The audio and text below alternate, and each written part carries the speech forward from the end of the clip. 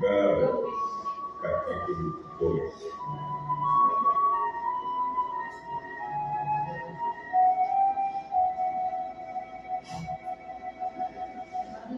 Quatorze anos depois, eu voltei para Jerusalém com Barnabé e levei Tito.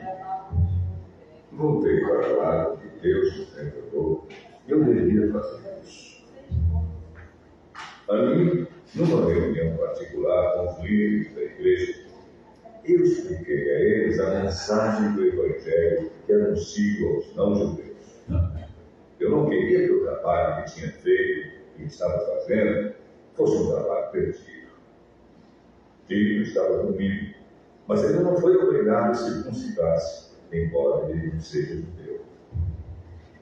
Porém, alguns tinham se juntado ao nosso grupo, fazendo de conta que eram irmãos na fé e queriam circuncidar.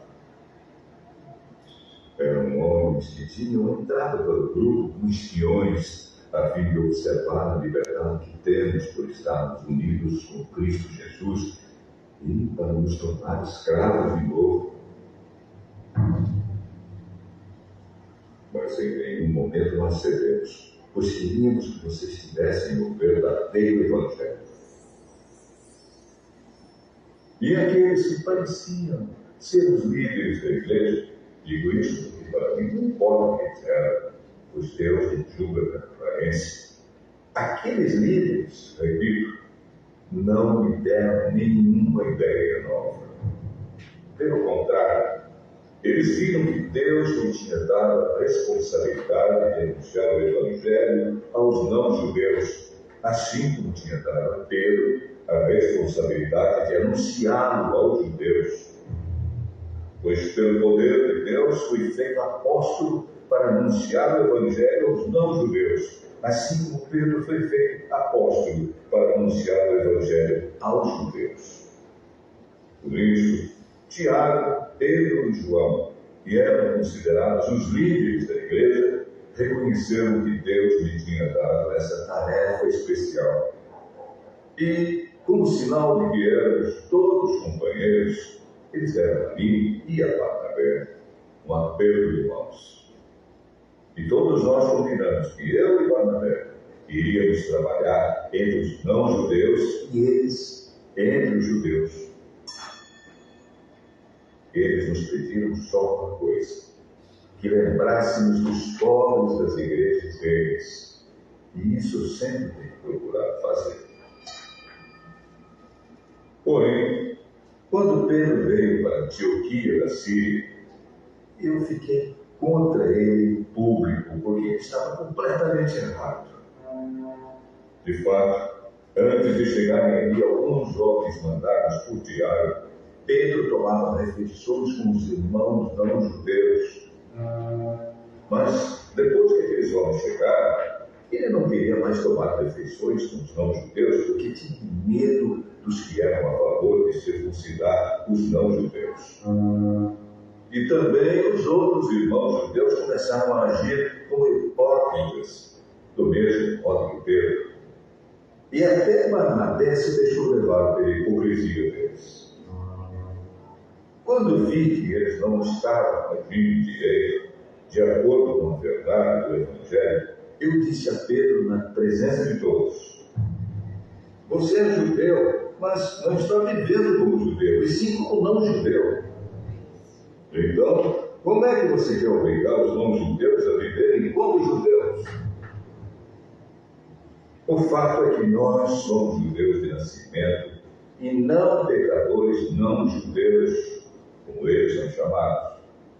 Mas sabemos que todos são aceitos por Deus somente pela fé em Jesus Cristo e não por fazerem o que a lei manda. Assim, nós também temos crido em Cristo Jesus, a fim de sermos aceitos por Deus pela nossa fé em Cristo, e não por fazermos o que a lei manda. Pois ninguém é aceito por Deus por fazer o que a lei manda. Ao procurarmos ser aceitos por Deus, por estarmos unidos com Cristo, fica claro que somos pecadores como os não-judeus. Mas será que isso quer dizer que Cristo trabalha em favor do pecado? Claro que não. Se eu, depois de ter destruído a lei, começar a construí-la de novo como meio de ser aceito por Deus, aí sim fica claro que eu havia quebrado a lei. Pois, quando a lei, estou morto. Morto pela própria lei, a fim de viver para Deus. Eu fui morto com Cristo na cruz. Assim já não sou eu quem vive, mas Cristo é quem vive em mim. E essa vida que vivo agora, eu a vivo pela fé do Filho de Deus, que me amou e se deu a si mesmo por mim. Eu me recuso a rejeitar a graça de Deus. Pois, se é por meio da lei que as pessoas são aceitas por Deus, então a morte de Cristo não adiantou nada.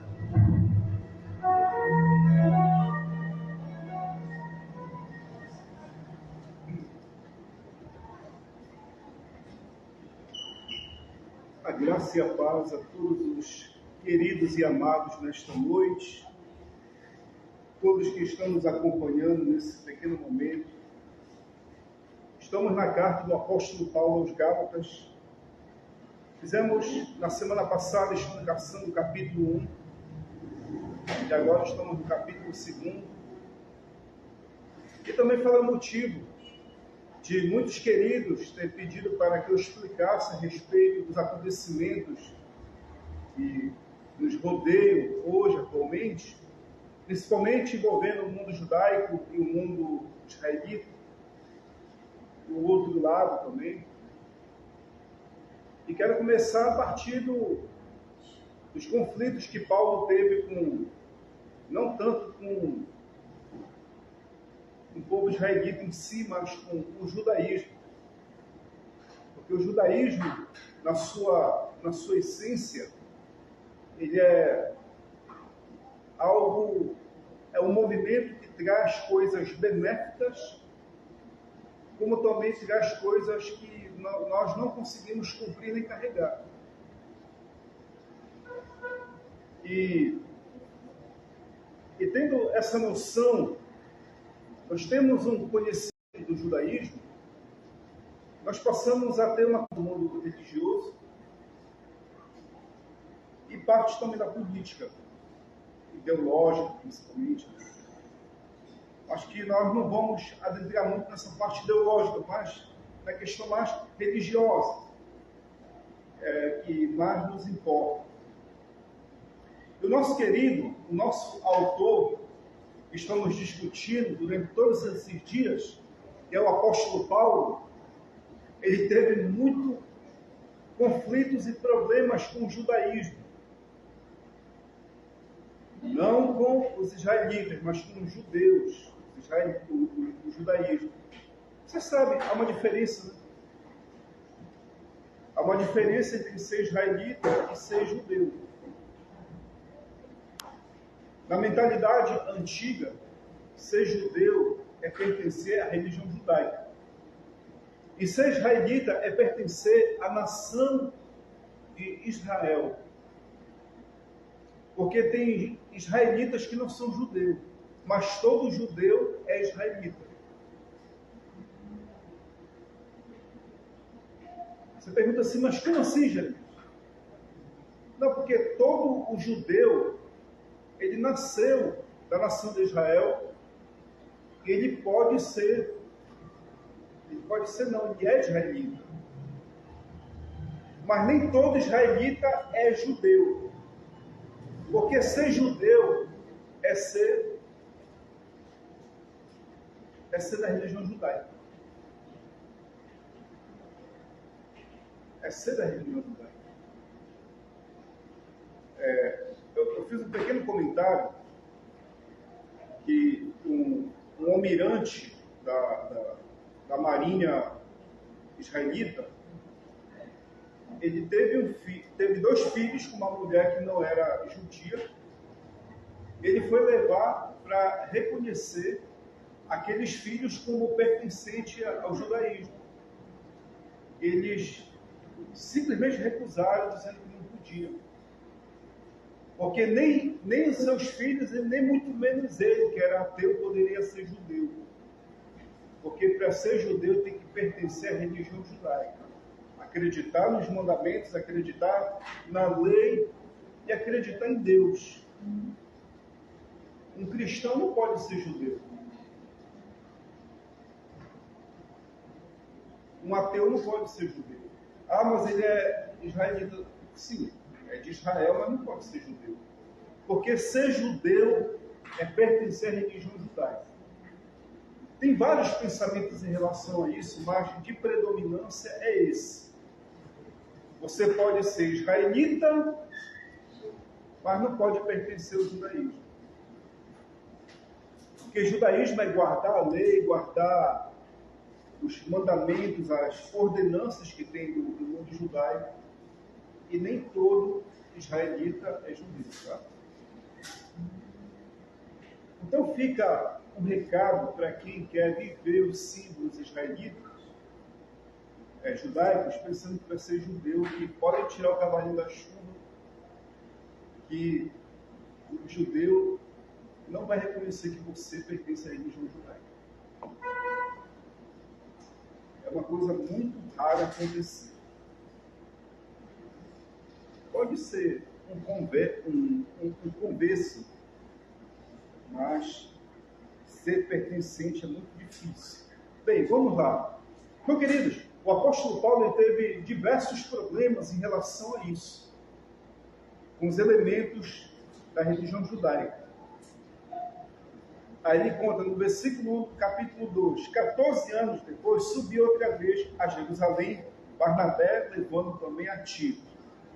Subia em obediência à revelação, e lhes expus o evangelho que prega entre os gentios, mas em particular aos que pareciam de maior influência, para de algum modo não correr ou ter corrido em vão. Contudo, nem mesmo Tito, que estava comigo sendo grego, foi constrangido a circuncidar-se. E isto por causa dos falsos irmãos que se entremeteram com o fim de espreitar nossa liberdade que temos em Cristo Jesus e reduzir-nos à escravidão. Então, aqui o apóstolo Paulo ele já está lidando com a questão dos falsos irmãos. Quem são os falsos irmãos? Tem falsos irmãos? No tempo do apóstolo Paulo, tinha os falsos irmãos.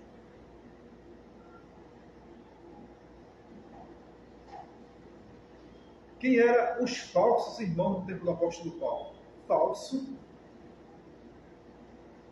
era aquele que fazia a ensinação dizendo que estava concordando com você. A conhecida como hipocrisia. Tem alguma pessoa que lhe ouve, fica atento naquilo que você está dizendo, mas não se sabe se aquilo que ela está fazendo é uma encenação, uma hipocrisia, somente para conquistar sua amizade. E no caso do apóstolo Paulo, havia um grupo de judeus que queriam convencer os gentios a adotar a religião judaica. Eles diziam ser irmãos na fé de concordar com aquilo que Paulo pregava. Eles se aproximavam de Paulo, queriam saber os planos de Paulo, por que Paulo estava levando o evangelho para os gentios, como é que ele conseguia conquistar os gentios. E para propagar a religião judaica, eles colocavam o judaísmo por debaixo do pano para que as pessoas pudessem se convencer que não bastava somente acreditar em Jesus, mas tinha que ter também a lei de Moisés para poder ser salvo. Então, quando a pessoa faz somente encenações, que a palavra encenações no grego é a palavra hipocrisia, aceita por aceitar, mas tem uma intenção por trás de tudo isso. Então, Paulo diz que pessoas que fazem encenações nada mais é do que falsos irmãos. tentar sabotar a obra, ou tentar discriminar, ou desconsiderar a obra de Deus através de uma pessoa, o intento de dominar aquilo que ela está fazendo, Paulo está dizendo que é um falso irmão. Quando a pessoa chega a esse patamar, ela mesma está se prejudicando. Bem, não vamos entrar em detalhes sobre isso aqui, mas bem, vamos lá. Versículo 5. Os quais nem ainda por uma hora nos submetemos, para que a verdade do Evangelho permanecesse entre vós. Enquanto aqueles que pareciam ser de maior influência, os quais tinha sido antigamente, não me interessa. Deus não aceita a aparência do homem. Para quem Paulo está falando isso? A esses digo que me pareciam ser alguma coisa, nada me acrescentaram. Ele está falando aqui de Pedro, Tiago e João, que são as colunas da igreja cristã. Eles são de Deus, são apóstolos. Eles foram para pregar o evangelho aos judeus, sim. Mas eles, para mim, nada me acrescentaram. O apóstolo Paulo já está falando da sua independência da obra do Senhor aqui. Porque quando Deus escolhe uma pessoa para pregar para a sua obra, aquela pessoa tem que estar ciente, que ela tem que estar dependente de Deus, absolutamente, somente dele, e do respeito da liderança. Mas ela não pode estar, assim, na dependência, como o escrupuloso. O que é o escrupuloso? O escrupuloso, para ele, tudo tem que ser com todo cuidado, para não ofender, para... Assim, não é nem um temor, é um medo. O apóstolo Paulo, ele não tinha isso com ele em relação ao ministério que Deus deu para ele. Ele tinha a ousadia de dizer que ele dependia absolutamente de Deus.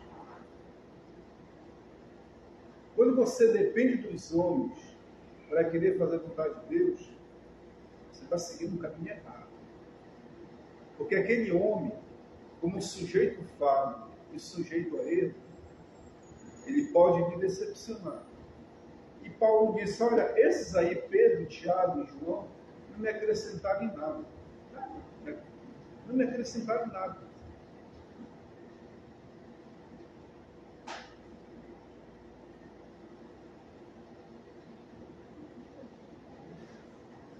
O que é que nós aprendemos disso aqui?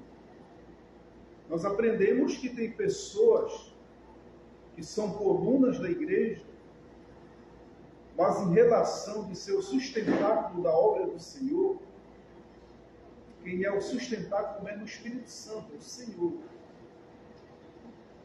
Esses não podem nos acrescentar nada, porque quem acrescenta para nós é o Espírito da graça. Ele está logo descartando, cortando o mal pela raiz. Se ele está descartando logo a questão de Pedro, Tiago e João, também está descartando os judaizantes, que tentam influenciar os irmãos a irem para o judaísmo. Se ele pega e diz assim, olha, Pedro, Tiago e João não me acrescentaram nada, muito menos esses. Eu não posso acrescentar nada para a vida de vocês. Samuel Expedito tem Papa também. Porque quem acrescenta é o Senhor. E se a gente tira esse foco de Jesus, o Espírito Santo, e foca no homem, nós estamos seguindo a lei. E ao seguir a lei, pode dizer que vai dar errado. vai se dar muito mal. E ele vai explicando isso lá na frente, isso aqui, olha. Cadê?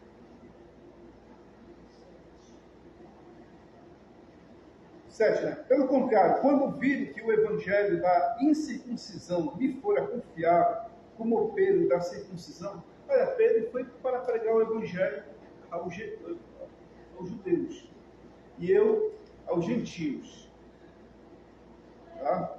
Já expliquei isso, né? Circuncisão é o cortar o prepúcio.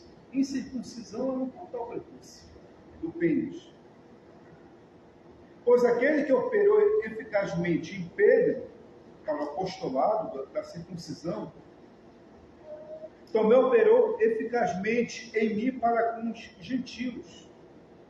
E quando conheceram a graça que me foi dada, Tiago, Cefas e João, que eram reputados colunas, me estenderam a mim e a Barnabé, e a destra da comunhão, a fim de que nós fôssemos para os gentios e eles para a circuncisão.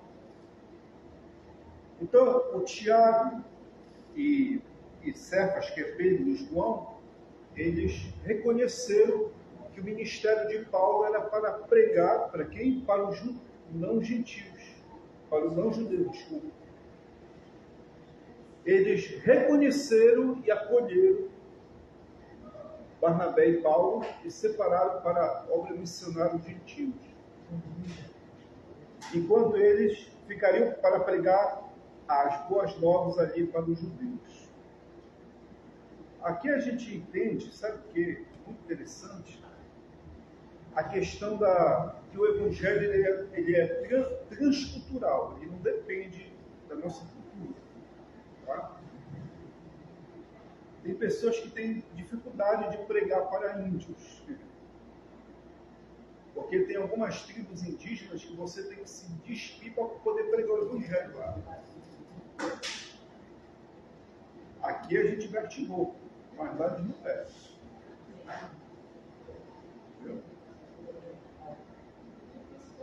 Como é que você vai pregar para um indígena sem roupa?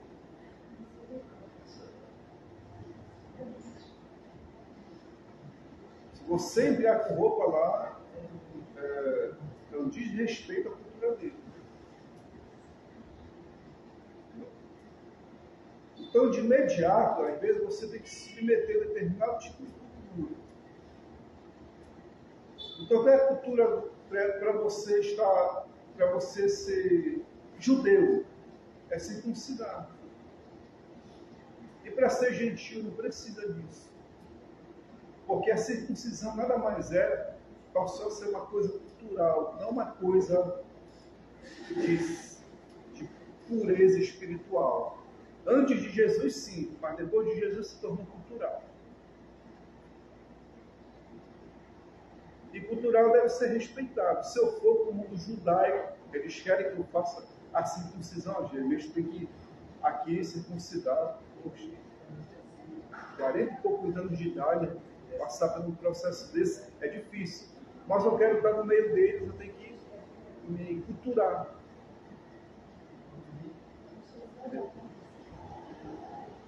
Olha, eu estava vendo a história de um judeu que não acredita em Deus. Não acredita em Deus, mas ele queria estar no meio dos judeus. Mas só que ele não falava isso. Aí, questionaram, mas tu está no meio dos judeus, tu não acredita em Deus? Aí tu guarda o sábado, não come caranguejo, não come porco, não come isso, não come aquilo e tal.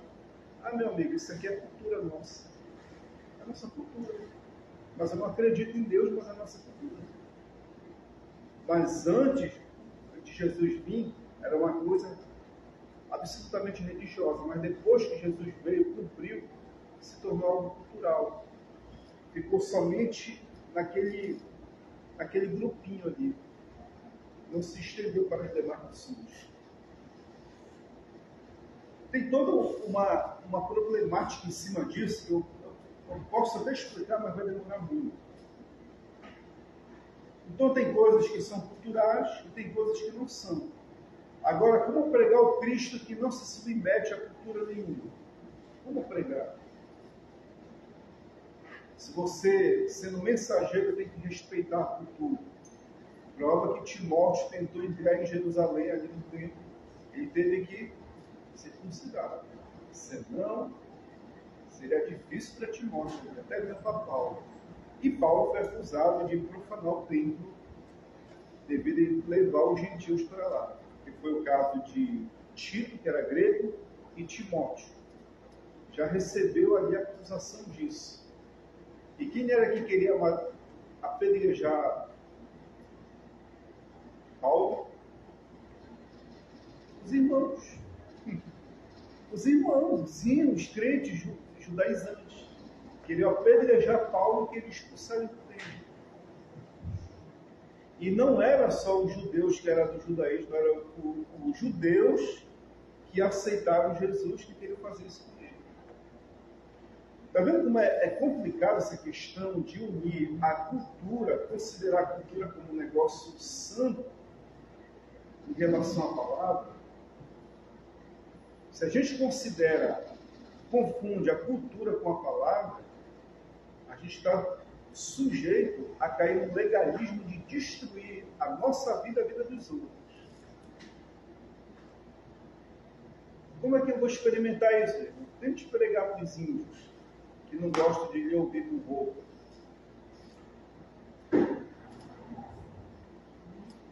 Ali é outra situação. Então, o evangelista, o missionário, tem uma tarefa muito árdua, que não é fácil. Para nós, estamos acomodados aqui na cidade, é fácil. Mas para eles não é fácil. Bem, mas Pedro, Tiago e João, eles viram que o evangelho que Paulo ia pregar nas cidades e nas nações ia trazer um certo reconhecimento devido ao Pentecoste ter iniciado ali em Jerusalém. Tá? Eles já estavam passando dificuldade. Vocês viram lá Atos capítulo 12, capítulo 4, que eles passaram a vender seus bens para poder conquistar mais pessoas. Aí começou a ter a pobreza ali. Aí eles recomendam o seguinte, recomendando-nos somente que lembrássemos dos pobres e também me esforcei por fazer. Lembrar dos pobres que já estavam ali em Jerusalém. Já tinha a situação do imperador Cláudio, que no período dele tinha a questão da escassez. Né? Prova que os judeus foram expulsos de Roma devido a essa situação de escassez que estavam sofrendo as nações. 11. Quando, porém, Cefas veio de Antioquia, resistiu-lhe face a face, porque se tornara repreensível.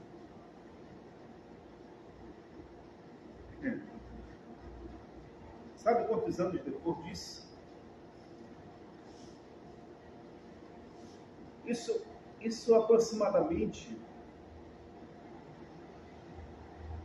depois da conversão de Paulo,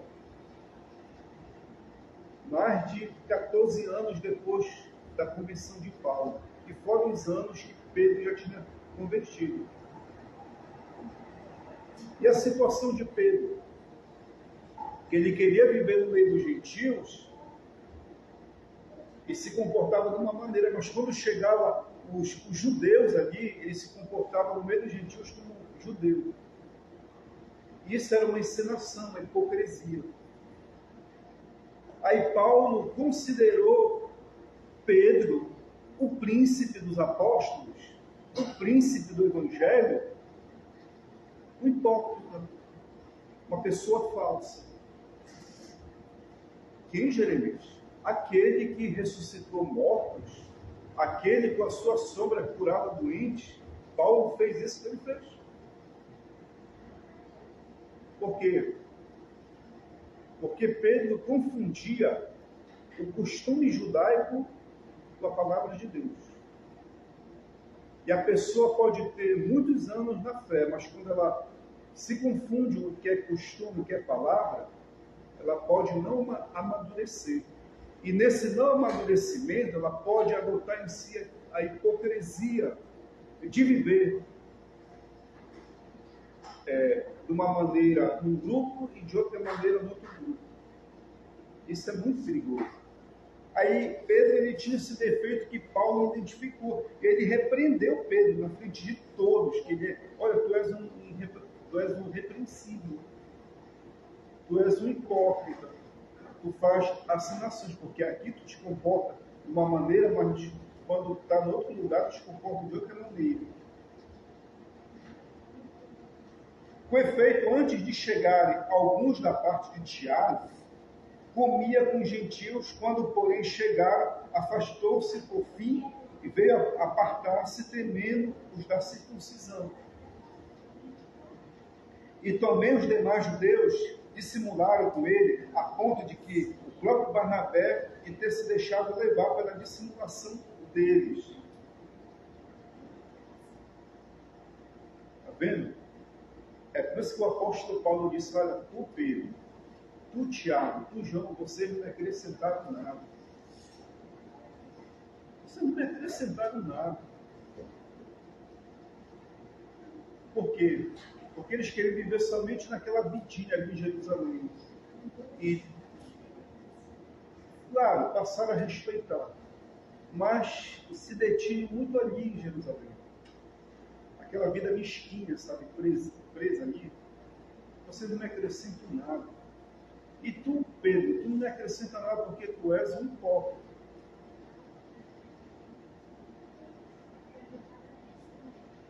Aí, com medo de ofender os judaizantes, aí se comportava como judeus no meio dos gentios. O servo de Deus, ele tem que ser aqui e lá fora a mesma coisa. Se comportar de uma maneira aqui e lá fora uma outra, isso é hipocrisia, isso é nação. É uma vida de mentira. E Pedro, que fez todos aqueles milagres, que era o príncipe dos apóstolos, vivia essa vida de hipocrisia.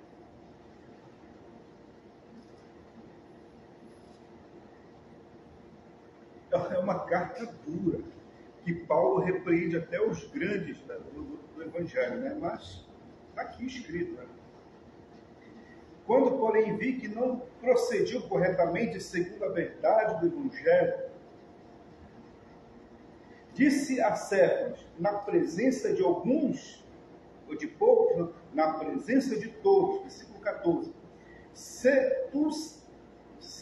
sendo tu judeu, vives como gentio e não como judeu, por que obrigas os gentios a viverem como judeus?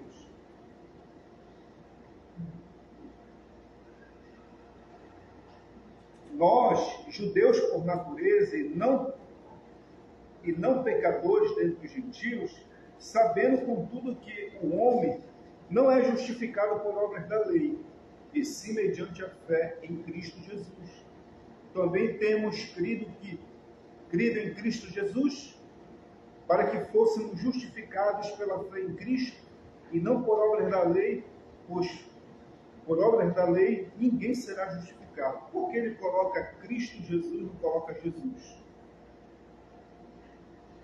Ele poderia colocar Jesus aqui, quando ele colocou Cristo Jesus e coloca Cristo. Porque ele está direcionando a carta dele às pessoas que estavam no judaísmo, e o judaísmo espera quem? Cristo. Cristo, em grego. Em aramaico é Mashiach. Em hebraico, Messias. Que é ungido. Só ungido tem a capacidade de viver os mandamentos, as ordenanças, as leis, e nos dá a capacidade de viver isso. Sem ele, se nós não conseguirmos viver de acordo com a fé que ele nos concedeu, a gente tenta viver as obras da lei, sem ele, a gente está por trás, a gente está acarretando maldição para si. É isso que ele está dizendo. A maldição que a pessoa acarreta é porque ela quer viver as obras da lei, mas descarta a Cristo. E nem vivendo a obra da lei, e nem com Cristo, não pode viver as duas. Tem que ter somente a fé em Jesus para poder guardar os seus mandamentos. Porque sem a fé em Jesus, nós não vamos conseguir guardar os mandamentos. Eu estou me esforçando para guardar os mandamentos. Não faça isso. Eu estou me esforçando para fazer a vontade de Deus. Não faça isso. Você não vai conseguir. E alguns pegam aquele texto que diz assim: desde os tempos de João Batista, o reino do céu é tomado por esforço. Bem, Jesus falou que desde os tempos de João Batista, até ele o reino dos céus é tomado por esforço. Mas não é depois do derramamento do Espírito Santo, que nos convence do pecado, da justiça e do juízo. É Ele que nos dá essa capacidade. Se nós queremos guardar esses mandamentos, a lei, sem o auxílio de Cristo, a gente está querendo viver a lei. Então, o que Jesus fez por nós na cruz, por cada pecador, foi em vão, porque Ele morreu ali para nos ajudar a guardar os mandamentos. Esse foi o propósito. Porque sem Ele nós não conseguimos guardar os mandamentos. É por isso que Paulo colocou Cristo Jesus, tendo crido em Cristo, temos crido em Cristo Jesus, para que fôssemos justificados pela fé em Cristo. Não em Jesus, mas em Cristo. Que é o que? O Messias, a qual eles falavam tanto. Versículo 17. Mas se procuramos ser justificados em Cristo, fomos nós mesmos também achados pecadores, dar-se-á o caso de ser Cristo ministro do pecado? Certo que não. O que é que ele está dizendo aqui? Mas se procurarmos ser justificados em Cristo, fomos nós mesmos também achados pecadores, dar-se-á o caso de ser Cristo ministro do pecado. Ou seja, você misturar o pecado com a pessoa de Jesus, e Jesus ser o ministro do pecado, não, você não pode ter esse pensamento, certo que não. Versículo 18, porque se torna a edificar aquilo que destruiu, a mim mesmo me continua transgressor. Porque Jesus destruiu o quê? O que foi que ele destruiu? O poder do pecado. Ele destruiu o poder do pecado sobre a vida da pessoa.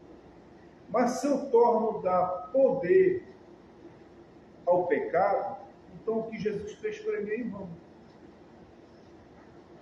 Como é que eu torno dar força ao pecado? Através da lei.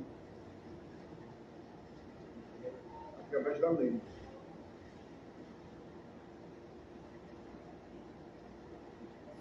Porque eu, mediante a própria lei, versículo 19, morri para a lei, a fim de viver para Deus, estou crucificado com Cristo. O que é que ele diz? Porque mediante a própria lei, morri para a lei, a fim de viver para Deus, estou crucificado com Cristo. A lei já diz que eu morri para ela. Para eu estar o quê? Vivo para Deus, e eu estou crucificado com Cristo. A lei já anuncia isso. Ela já dá um anúncio disso. É por isso que o Cristo veio e cumpriu, né? 20. Logo já não sou eu que vive em mim, logo já não sou eu que vive em mim, mas Cristo vive em mim. E esse viver que agora tenho na carne, vivo pela fé no Filho de Deus, que me amou e a si mesmo se entregou por mim. Não anulo a graça de Deus, pois se a justiça é mediante a lei, segue-se que morreu Cristo em vão. Olha, eu não anulo a graça de Deus. Pois se a justiça é mediante a lei, segue-se que Cristo morreu em vão. Então, quem nos justificou foi Cristo morrendo na cruz. Se eu digo que eu sou justificado guardando a lei, então Cristo morreu em vão. Se eu guardo o sábado, isso é uma polêmica, né? Explicar isso aí. Se eu guardo o costume, se eu guardo a lua, se eu guardo muitas coisas que tem na lei, para tentar me santificar, então o sacrifício de Jesus não serviu nada.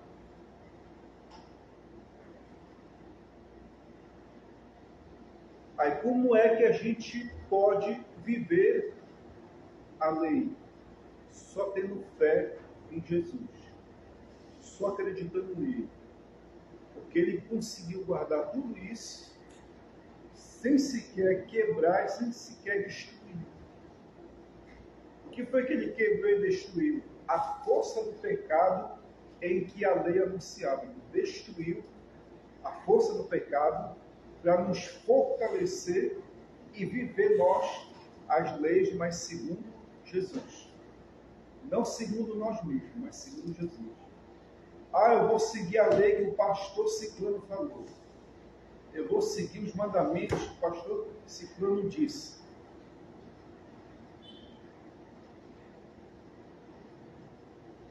Mas o pastor Ciclano, o fulano que revelou isso, está de acordo com aquilo que Jesus ensinou. Se tiver de acordo, pode seguir.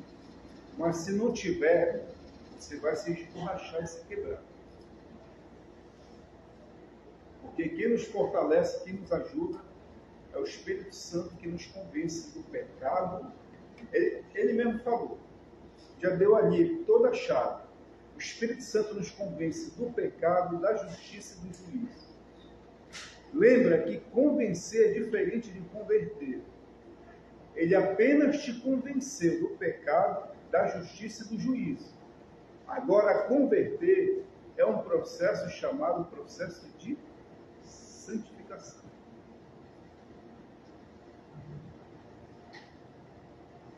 É por isso que Jesus falou para Pedro: Pedro, quando tu te converteres, tu vai apacentar as minhas ovelhas, apacentar teus irmãos. Porque tem gente que não está nem convencido e nem convertido. E Pedro, ele apenas era o quê? Ele era inconvencido, mas não estava convertido de uma forma madura para lidar com a vida. E Pedro e Paulo teve que fazer o quê? Teve que repreender ele. Tu és um repreensível, Pedro. Tu, Pedro, Tiago e João, você não me acrescentaram nada na vida. Porque a revelação que eu tive foi do próprio Jesus. O que é que nós aprendemos com isso? Aprendemos que você tem que ter sua intimidade, sua comunhão com Deus, sua devoção com Ele, lendo as Escrituras, tendo comunhão de oração, palavra, comunhão com os irmãos. Quanto mais você faz isso, concordando com os textos bíblicos, mais você vai ter direção de Deus. Mais, muito mais. Aí você vai ser irrepreensível. Você se comportando aqui, se comportando lá fora, da mesma maneira, você é uma pessoa irrepreensível. Aí volta aquele texto que comentamos lá em Efésios, que diz que nós devemos imitar Deus. A pessoa mais feliz do mundo e a pessoa que está acima de todos os entes humanos, que diz os grandes filósofos antigamente, é aquele que imita Deus. Você imitar Deus, não há lei, não há mandamento, não há nada que possa lhe refutar e lhe bater. Por quê? Porque Deus é a perfeição.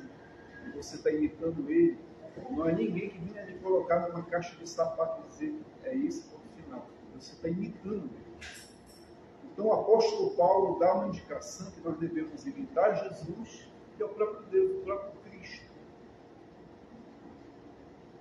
Aí você imitando Jesus, você consegue se encaixar, se adaptar e lidar muito bem com qualquer fenômeno espiritual dentro de uma comunidade. Mas quando você quer guardar apenas as leis sem Jesus, você está entrando numa barca furada. Você está dando soco na ponta de faca, esmurrando a parede de concreto. Você vai se esborrachar todinho. Porque ele disse, sem mim, nada podeis fazer. É isso que Paulo está dando a mensagem. Vocês judaizantes, vocês de Jerusalém, se vocês dependerem desses costumes aios, essas coisas insignificantes, vocês vão se dar mal. Vocês têm que depender de Cristo, aquele que morreu e nos deu a vida. Vocês têm que depender dele. Não pautas de costume, mas depender dele. E pauta de costume não convence você do pecado, muito menos de converte do pecado. Ok? Então, queridos, é isso que o apóstolo Paulo nos ensina nesse texto do capítulo 2 da carta de Gálatas. Agora, nós vamos entrar, como fizemos semana passada. Se alguém tiver alguma dúvida, alguma pergunta, pode ficar à vontade para poder fazer. A gente vai gravar a pergunta do amado e a gente vai responder ao mesmo tempo, tá? Quem tiver pode ficar à vontade. Daqui a pouco a gente vai encerrar. Mais alguns minutos de perguntas e respostas. Quem não tiver, a gente encerra.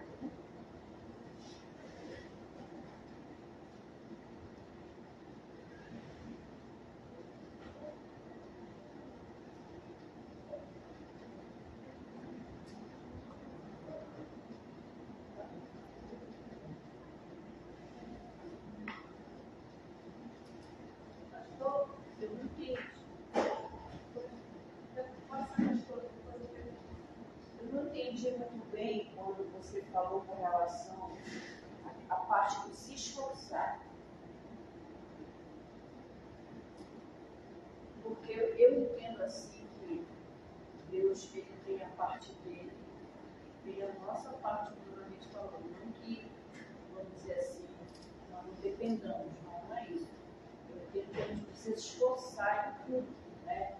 Agora, se esforçar em Cristo, não entendi essa parte. A questão de bater de frente com o pecado,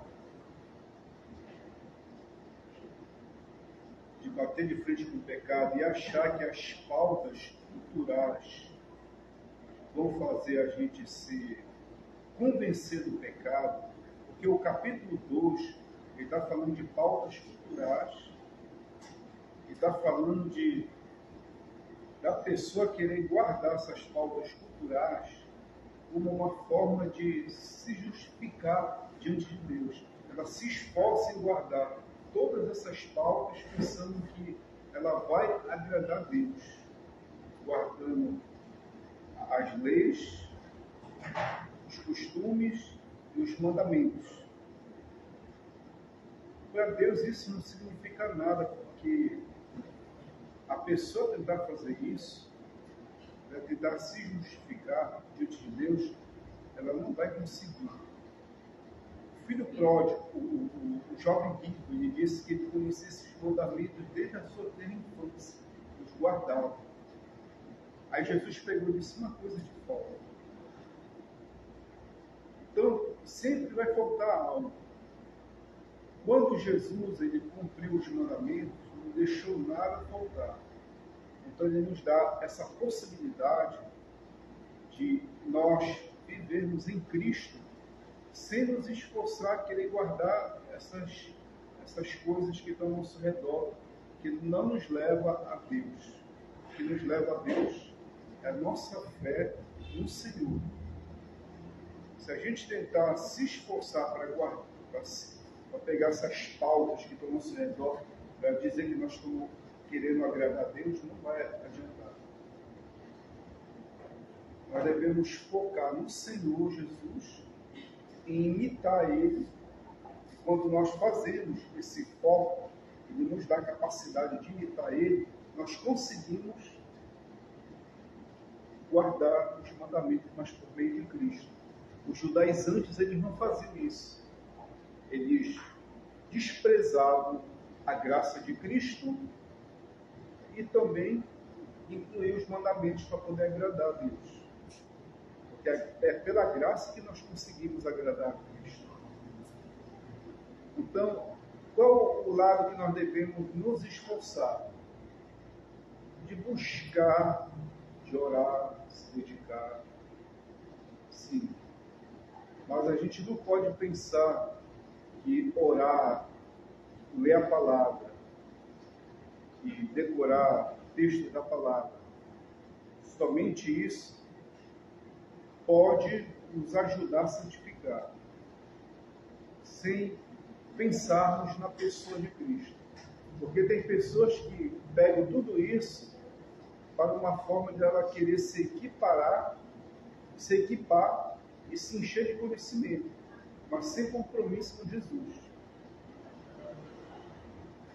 Ela está fazendo errado.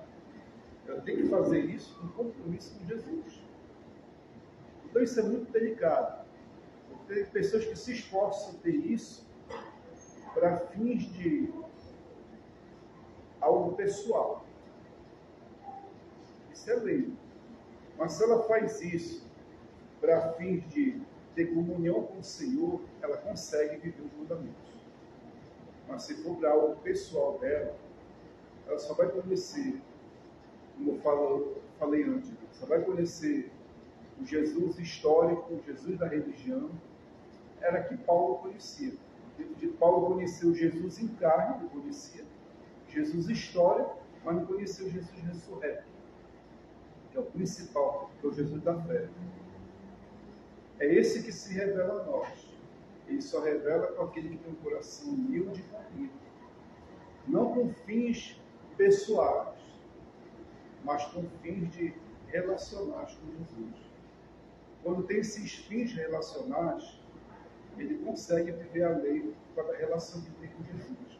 Mas quando não tem esses fins relacionais, mas com a intenção de somente agradar os homens, que Paulo falou isso aqui, agradar os homens e se aparecer para os homens, ele está vivendo a lei. Ele está se esforçando, mas para agradar os homens e, segundamente, agradar a Deus. Não, primeiramente a Deus, para consequentemente os homens. Pastor, o que me intriga é o comportamento de Pedro. Sendo que ele estava ali, né, no texto do Pentecostes, e tudo começou. E o Senhor falou que quem nos convence, né, da justiça, dos juízos de Deus, é o Espírito Santo. Pedro, ele teve toda essa experiência do Pentecostes, né, depois que ele sai, ele começa ali a igreja cristã, levar o evangelho. Isso, essas experiências como que ele teve, né, na fé em Cristo, pelo Espírito Santo, isso não trouxe convicção a ele? É isso que...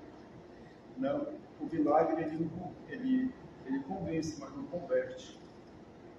O milagre ele tem a capacidade de te convencer que Deus está ali presente, que Deus está visitando, mas ele não tem a capacidade de converter. Porque, como nós estávamos falando na carta aos Efésios, no capítulo 1, que é os três poderes, né? Arconsis, Dinamis e Alquensis. Um é sobre a autoridade, que pode ter o pastor, o padre, qualquer pessoa aí, religiosa, não. O segundo é uma manifestação sobrenatural do poder do Espírito Santo, que pode operar grandes milagres, prodígios e maravilhas. E o outro é o poder que ressuscitou Jesus dentre os mortos. Esse poder que ressuscitou Jesus dentre os mortos, ele é o mais delicado e que nem todos prestam atenção. Nós procuramos, pelos nossos próprios interesses, resolver algo particular nosso, mas o dinâmico.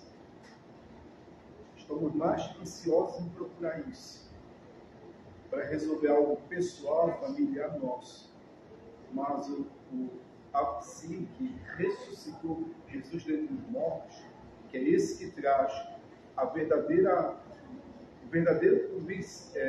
convenção e libertação, a gente dá pouca importância para ele. E Pedro, se a gente vê na narrativa, na descrição dos evangelhos, ele teve dificuldade até mesmo de aceitar das mulheres o anúncio que Jesus tinha ressuscitado dentre os mortos. A gente já percebe algo de estranho nisso. E diz a tradição que quando o galo cantava, ele se recordava dele ter feito aquilo com Jesus, ele caía em depressão. Ele ficava muito triste por lembrar dele ter negado Jesus. Ele teve algumas dificuldades de caráter, alguns defeitos, e ele deixava, às vezes, se levar por isso a prova de um novo converso na fé, que é Paulo repreender ele pelo mau comportamento que ele teve, de difamar o evangelho no meio dos gentios. Nada mais é do que difamar. Um escândalo que ele fez, de se comportar de uma maneira e de outra diante dos gentios. Porque esse poder é muito sensível. Porque aqui a gente pode, por meio de jejum, oração e fé, buscar esses dons de cura, de prodígios, milagres, eles se revelaram. Esses dons, Paulo disse que da igreja de Corinto não faltava nenhum desses dons. Nós podemos procurar e se revelar como teve no Pentecostes. Mas o poder que ressuscitou Jesus dentre os mortos, esse aí é o mais depreciado, o mais desprezado que tem. Porque os nossos próprios interesses não permitem que ele se revele e se manifeste. Essa é a dificuldade que Pedro possivelmente teve. A gente não pode fechar ainda. Mas para Paulo fazer isso contra Pedro, e ele falar que ele não dependia deles para nada, é porque o negócio estava feio nele. Então, o pior é que Pedro, ele tinha passado uma experiência de Cornélio, né? Sim. Foi muito antes desse episódio aí, com certeza, do Galo. Foi muito antes, né? Porque Paulo estava recente da conversão, dessa conversão.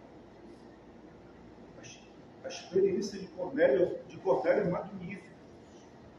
O próprio Senhor se revelar ali para Cornélio. Foi incrível aquela experiência. Mas ele convenceu Cornélio do pecado, da justiça e do juízo. Convenceu. Agora, converter é um processo bastante lento. Você vê a experiência de Ezequiel, no Vale do Ossos Seco, aquela visão que ele teve ali é um processo que veio os ossos, os tendões, a carne, o nervo e tal. Entendeu? É um processo. É um significado de processo. Em relação a Pedro, porque no final, ele, quando os parentes, os amigos de Cornélio, o Espírito Santo se derramou, aí ele faz a seguinte exclamação: que Deus não faz acepção de pessoas. Né? E ele pede permissão, pede desculpa, tá? Vendo em Atos, né? Porque ele, sendo judeu, tendo a casa de gentil, tudo isso aí se relata. E aquela experiência foi magnífica. Eu estou falando, aí chega lá com um caso da cara. Porque é interessante, porque foi em Jope, né? Em Jope fica bem próximo da Cilícia. Fica muito próximo mesmo. Aí o que acontece? Ele teve a experiência de Jope. Sabe quantas vezes teve aquela visão do animal, dos animais e tal? Ele teve a primeira, a segunda e a terceira. Foi na terceira que ele veio responder. Sabe por que ele veio responder? Porque foram atrás dele lá. uma questão cultural, ela é forte. Aí ele foi lá, depois pediu, né? Deu perdão ali, depois, pelo passar do tempo, ele foi lá para seguir. Só que ele se comportou mal. O costume para sair da pessoa não é do dia para a noite. Não é. Dura muito. Não é, a oração não vai te ajudar nisso. A oração é um suporte, mas ela não vai te ajudar. A leitura da palavra, ela é um suporte, mas ela não vai te ajudar. Sabe como é que ajuda? É confiar em Jesus e passar pela disciplina. Coisa que Pedro dificilmente estava sofrendo ali para passar por isso. E que Paulo conseguiu, pela graça, um pouco passar. Mas Pedro já tinha essa dificuldade de se entregar em relação a isso, de amadurecer. Tinha muita dificuldade. Porque tem pessoas que são assim, né? Tem pessoas que se convertem, ela deixa o espírito agir, ela vai amadurecendo rápido.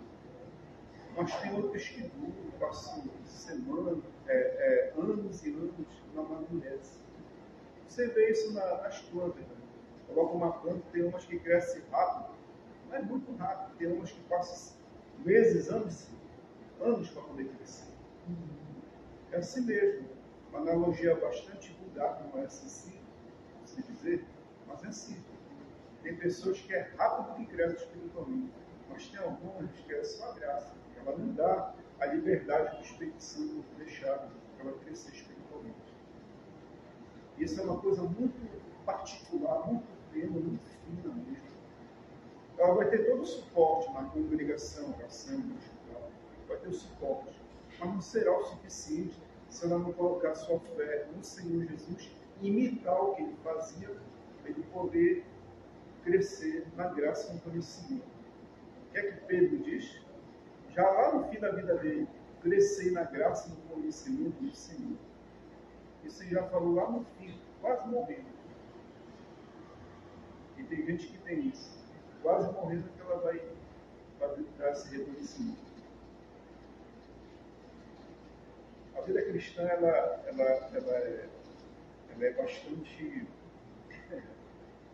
bastante delicada.